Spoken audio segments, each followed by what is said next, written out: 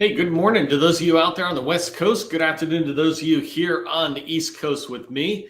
I'm excited. Today's always it's always a good day for training when it's sunny out there.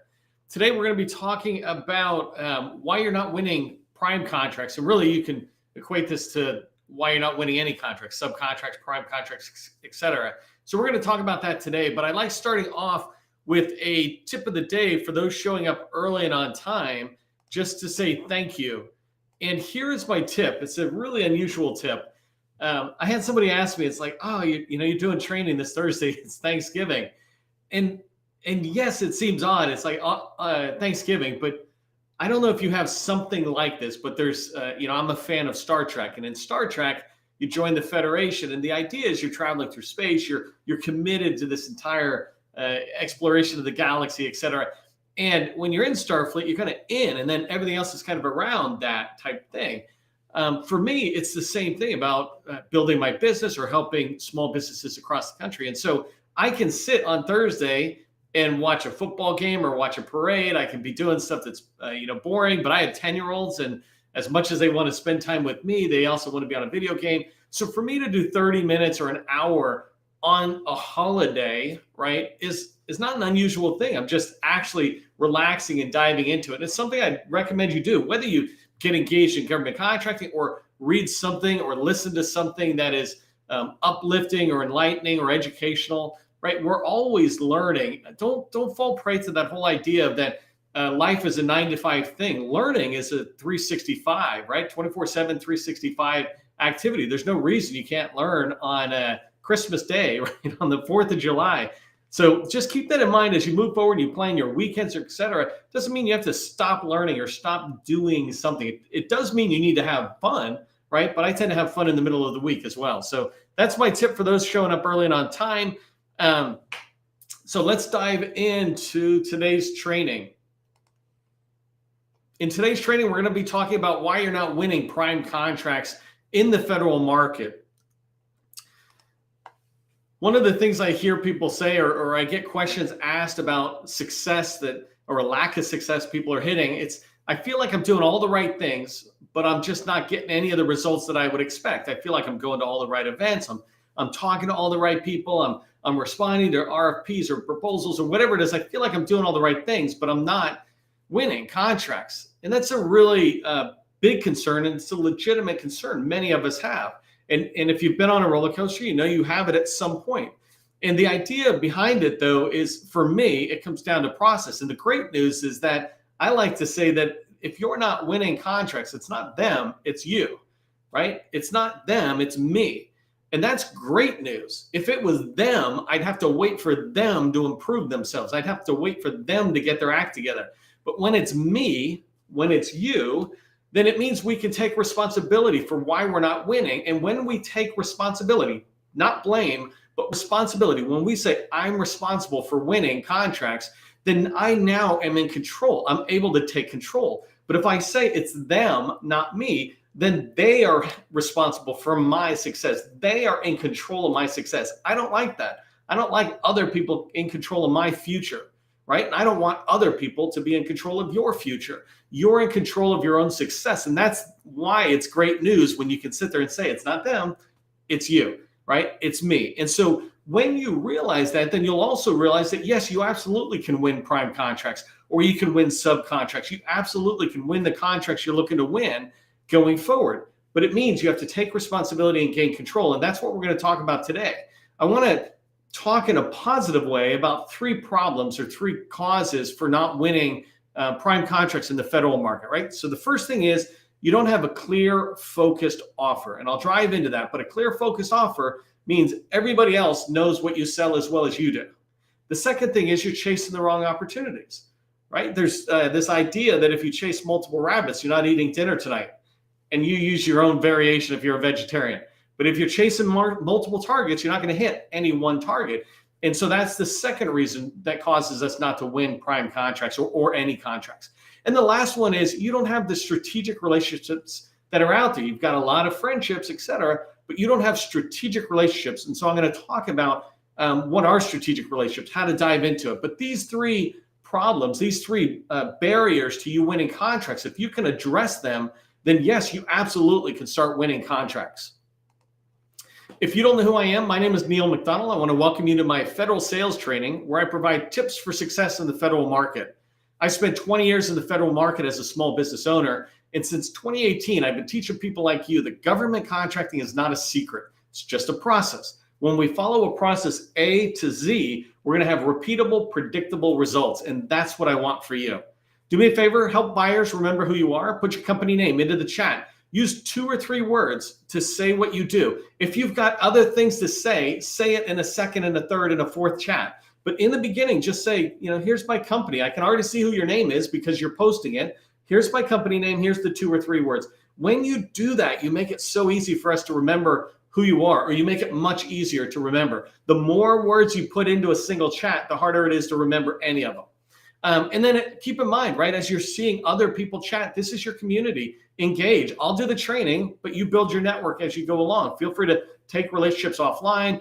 Depending on how you're watching this, if you're on LinkedIn, you can hit the networking tab and see people you're not connected to and maybe reach out and connect. If you're on a platform other than LinkedIn, please come in and join. I have over 24,000 professionals who are following me, and I have over 10,000 government contract related people subscribe to my newsletter. Come join that community. We'd love to have you in there. Okay, so the first thing I want to talk about as it relates to why we're not winning contracts is that we don't have a clear, focused offer. And a clear, focused offer is the fundamentals of everything we teach. If you don't know what you sell, then how can you sell it? If you don't know what you sell, then how can any of the rest of us know what you sell, right? How can the rest of us help you? So let's talk about what a clear, focused offer is first. Just really brief description of this. I often hear, especially I heard this in Chamber of Commerce's, because I've been in business a long time. I started my first government contracting business in '98 when I got out of the Army. And back then, we didn't really have the internet much. I mean, it existed, but it wasn't a networking environment. So you went to Chambers of Commerce's, hence the reason we call ourselves the GovCon Chamber of Commerce, by the way. But you went to Chambers of Commerce, and yes, you hear about this elevator pitch, but one of the things that I used to hear all the time, like all of us did this, is you'd have 75 people or something at a breakfast, and everybody would stand up and give a 1 to 5 second hook. It was a really fast hook. And the idea that I like to say is that a hook gets you on the elevator. If you've been taught that you should have an elevator pitch about your company, then how do you get to tell your elevator pitch unless they let you on the elevator? And so your hook gets you on the elevator. It's that 1 second pitch.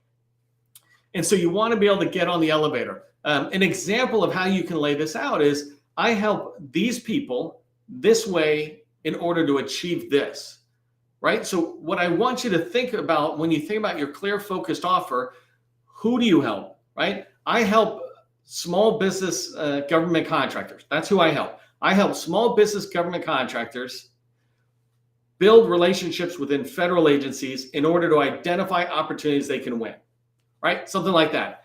I help these people this way in order to achieve this. The challenge we have is the this way part.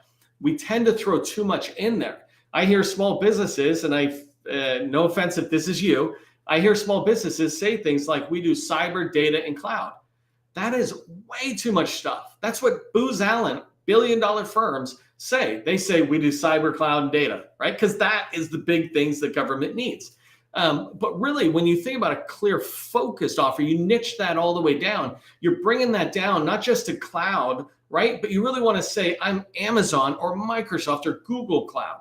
Don't be vendor agnostic, be vendor biased. When you're a small business, you want to be the best Amazon Web Services cloud provider or software developer, right? Are you helping on the administrative side of the cloud? Are you helping on the software development side of the cloud? Are you an expert at migrating legacy apps to the cloud? Be that focused. We help these people this way in order to achieve this. When you understand that you have a clear, focused offer, you should be able to say that in a single sentence.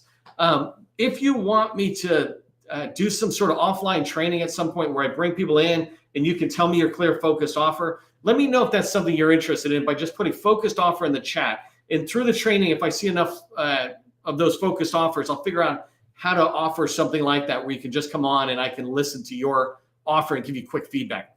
All right, so the last one on what is a clear, focused offer. If you don't have, like sometimes when we just get started, we really don't know who we're helping in what way and what they're achieving. I mean, to be clear, we're just coming on and we're a network engineer and I want to start a company. That's totally cool. I'm a baker. I like to bake pies. I'm starting a company, right? That's cool. But if you're not able to do that, I help these people this way in order to achieve this. If you can't get that line clear, then be really clear about what your expertise is, right? So you could have a subject matter expertise around elevators is what I put. I had a customer once who said they do construction and flooring and painting and all these things. And they also mentioned elevator. And in a lot of conversations, I came down to understand that elevators were their preferred choice because it's more profitable.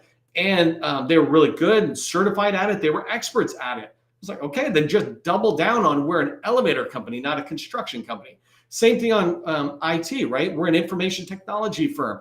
Are you, or can you niche down? Well, you know what? Our expertise is on Microsoft 365. That's a whole suite of products that Microsoft offers. You could even go down further and say we're experts at Power Platform or Microsoft SharePoint, right? When you're getting started, it is so much better to be niched down. But if you're under 10 million, you want to be niched down. You want to have that clear, focused offer that can be communicated in 1 second in a way that everybody else will understand.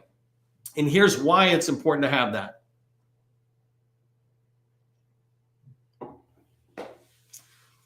First thing is it's going to make everything easier on your side, right? If you're a brand new business, pretty much you're just trying to make relationships and get started, right? But as you grow, you're going to have marketing activity, your capability statement, DSBS, your briefing decks, your website or LinkedIn, some of these things, you'll have that activity, including your marketing activity towards talent. You're going to be wanting to hire people, right? When you have a clear, focused offer, it makes your activities easier. You're not doing what I call constructive procrastination, which is going everywhere. And what that means is when I say constructive procrastination and you're going everywhere, it means because you're going everywhere, but it all can seem legitimate because you're not focused, right? But it all seems legitimate. Oh, I'm working over here. I'm working over here. We're doing this thing.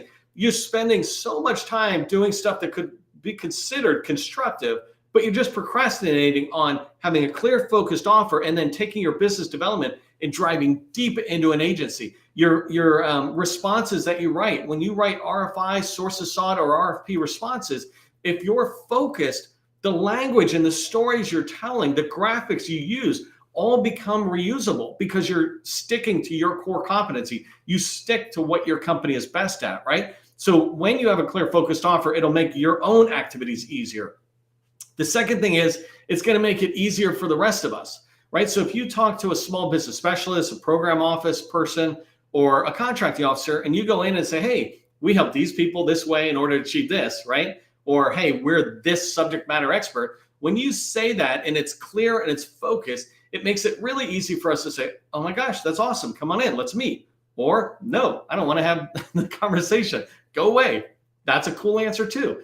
Or, you know what? That's not me. That's Jane. Let me introduce you to Jane. Or let me just give you Jane's name and you go knock on her door.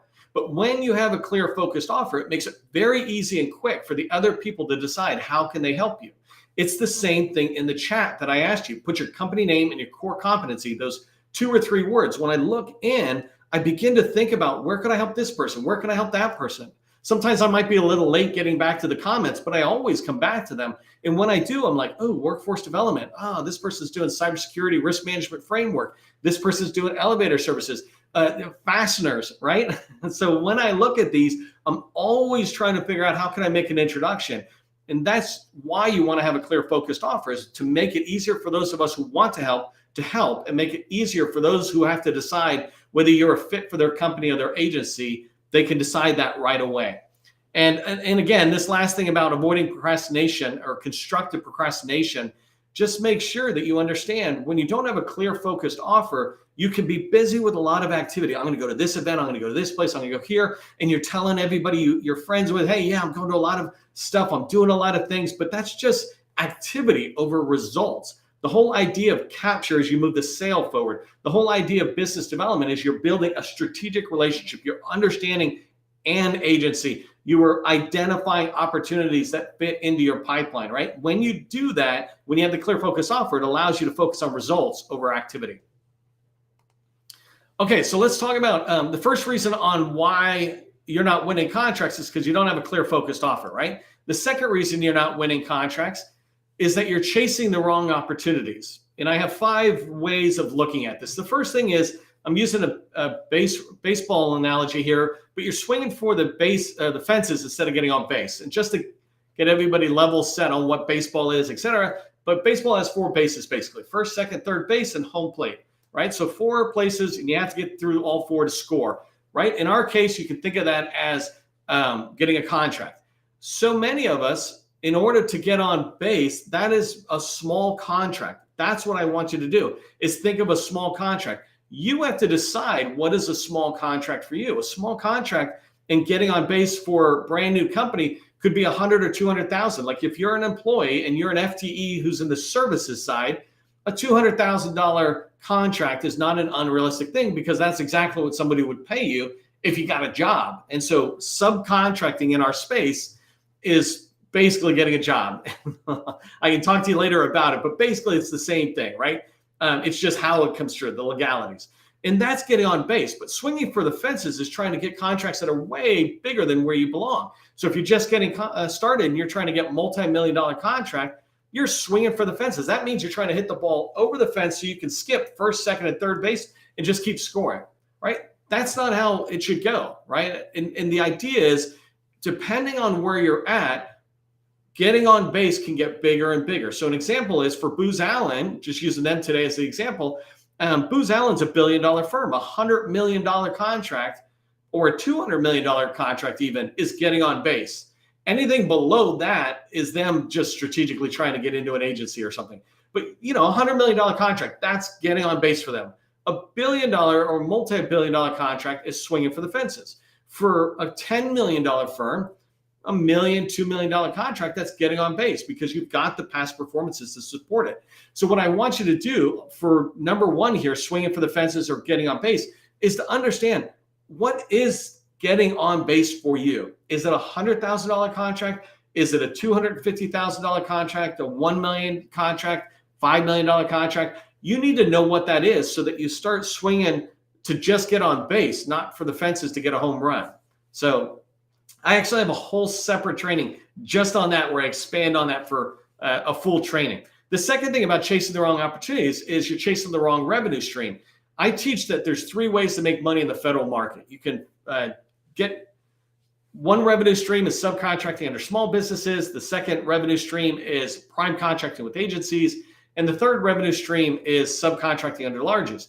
If you're just getting started, for the first 3 past performances or 3 million, you stay with small businesses. You subcontract under small businesses. And then as you get more experience, more past performance, you can move into the agencies and then finally subbing under larges. As you get to subbing under larges, you'll still go get prime contracts and sub under smalls. But the problem here on number 2 is that sometimes when we should be just staying with subcontracting under small businesses, we're trying to get a prime contract with no real past performance. Or we're trying to go to a large and get in and be a subcontractor under a large. That doesn't work that way, right? So you want to incrementally move forward, gaining more and more experience. And so pursue the right revenue stream.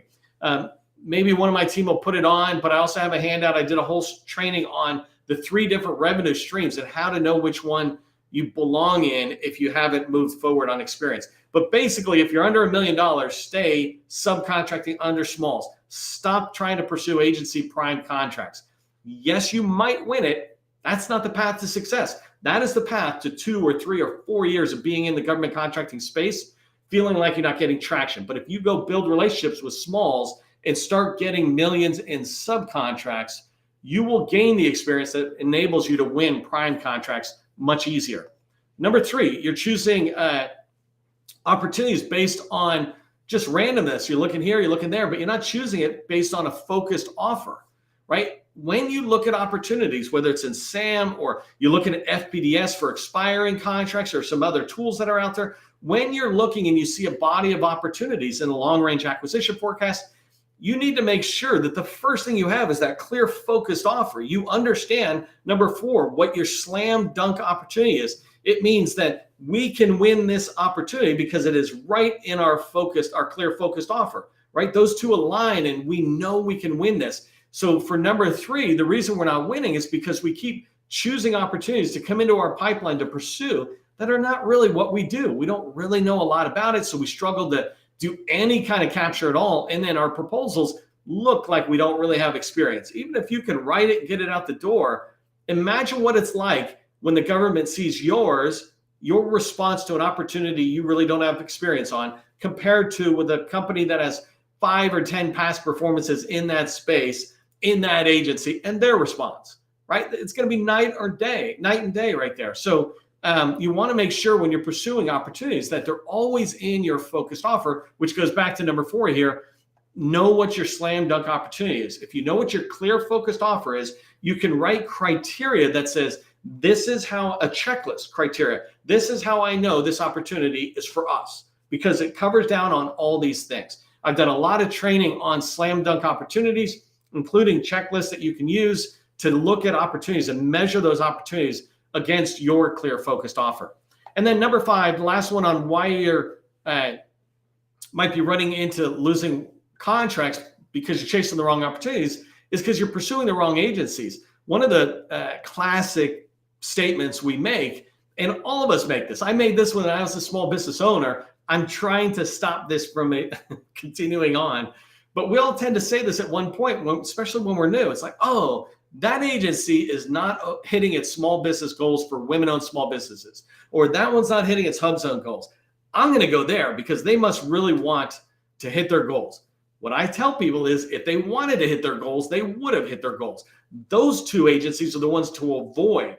I've done multiple trainings on SDVO, woman-owned small business, HUBZone, and 8A, saying how do you identify agencies that love your small business type? And this is really important. You want to find agencies that spend enough money that they can afford to slide you in there and you can win contracts. That means don't go after an agency that has $50 million in IT spend trying to win IT contracts, because the competition is really steep compared to what if you, instead of a $50 million spend, it's $1 billion IT spend. If you go in, there's a lot more room for you to fit as a sub or even as a prime, right? That's the first thing. The second thing is you want to identify the agencies that actually demonstrate through their contracts that they care about your small business type. So an example is, I said the Army, hands down, like 2, 3, 4 times as much as any other agency, cares more about working with 8A small businesses than anybody else. And the way I determine that is that they have the most number of opportunities that are 1, sole source to 8A, and 2, set aside to 8A, meaning they've taken it down from full and open to small business to 8A competition. And they've said, we want to work with 8A businesses. This opportunity is set aside. So you want to look at agencies that have those 2 things along with, that they're buying what you sell on the clear focused offer. By the way, this wheel that I'm putting here, I'm trying to demonstrate that 2 of the most important things I'm telling you right now about why you're not winning contracts fit right on the wheel of success that we teach in our workshops and how I teach every single day. I've left off half of the process here, but the wheel of success is from the 7-step process. And so opportunities are at the top. If you can't find the right opportunities, you're never going to be able to write winning proposals, hence the reason you're not going to win contracts. But when you can start addressing that and finding the right opportunities, that'll increase your chances of winning. And the next thing, what I'm going to talk about right now, is relationships. Relationships lead to the opportunities. And these are strategic relationships. One of the reasons we don't win prime contracts or even contracts in general, like subcontracting as well, and we're not winning those, is because we don't have strategic relationships. I want to talk to you about making sure you have those in place.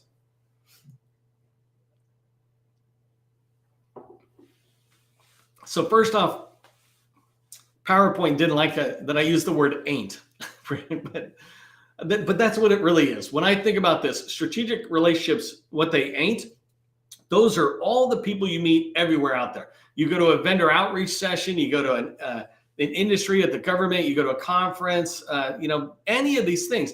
Those people are just your network. They're great, they're necessary, but they are not strategic relationships. They are just your network. SBLOs or small business specialists can never be a strategic relationship. They can be a focus of receptivity, really helpful perhaps to help you navigate it, but a strategic relationship, they have to have the ability to give you something. And those folks are only able to perhaps guide you along, liaison, right? And then the last one is, and this one's a big one, is this idea of the blind leading the blind. Well, in this case, the hungry leading the hungry. If you have a bunch of people that maybe you're working with, you got to remember they're not your strategic relationships. They absolutely need to be your network, and they're a close, tighter network that you're going to work together and try to be supportive of each other. But remember, they are not your strategic relationships. And so your strategic relationships are what deserve the most attention. You really want to build those. So what are strategic relationships? Well, these are relationships with people, right? Not organizations. They're relationships with people. And these are people who are committed to your success.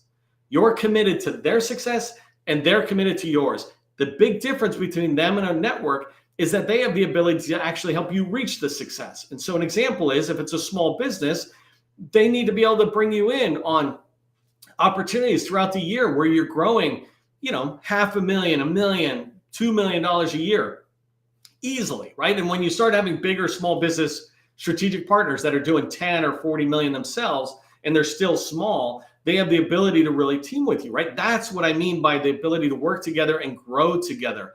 I describe it as big enough for mutual growth. Yours is a little harder, right? If you're just coming in, I'm here to teach you. I'm not here to teach them. But the idea is you want to be committed to their growth. So maybe you can't give them FTEs, but you can give them information. You can make introductions. You can tell them about, I heard about this opportunity. Hey, I went in and I talked to this person. Even when you think about a large prime, if you're working with a large prime and you're a small business, you have access to small business resources in an agency that the large prime doesn't even know exist, let alone has access to. So if you're able to gain information about an opportunity, you're helping towards that mutual growth and success of the strategic relationship.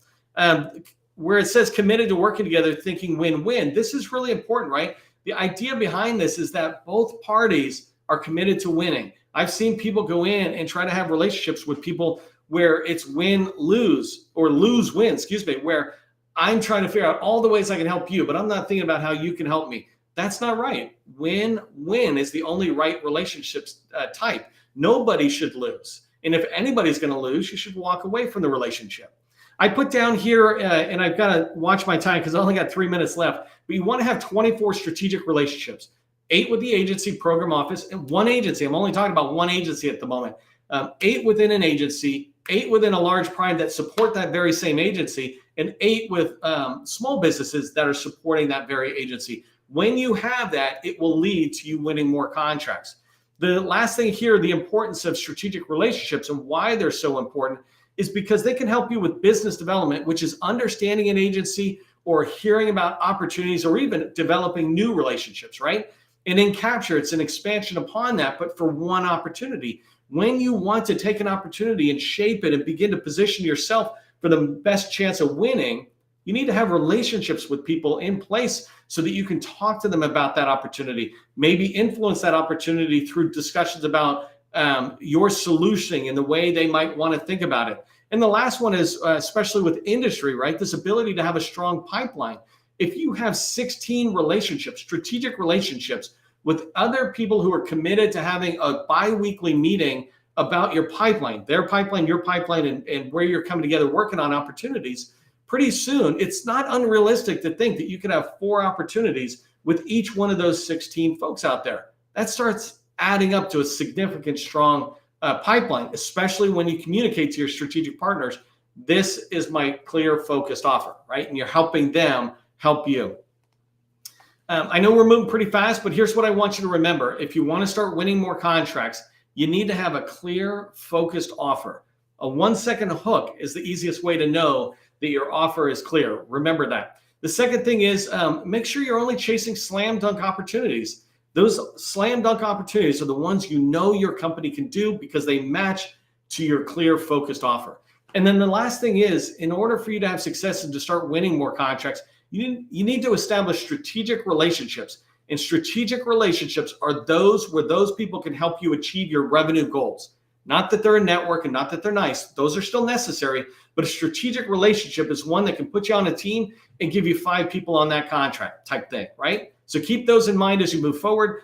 If you're getting value from today's training, do me a favor, throw thanks in the chat. Let the team know we work hard to provide this. If you'd like to learn more about how we can help you, just go to govconchamber.com and check out what we have over there. For everybody, just remember, government contracting, it's not a secret. It's just a process. Part of the process is ending on time. I'm going to do that. I will see you in the next training.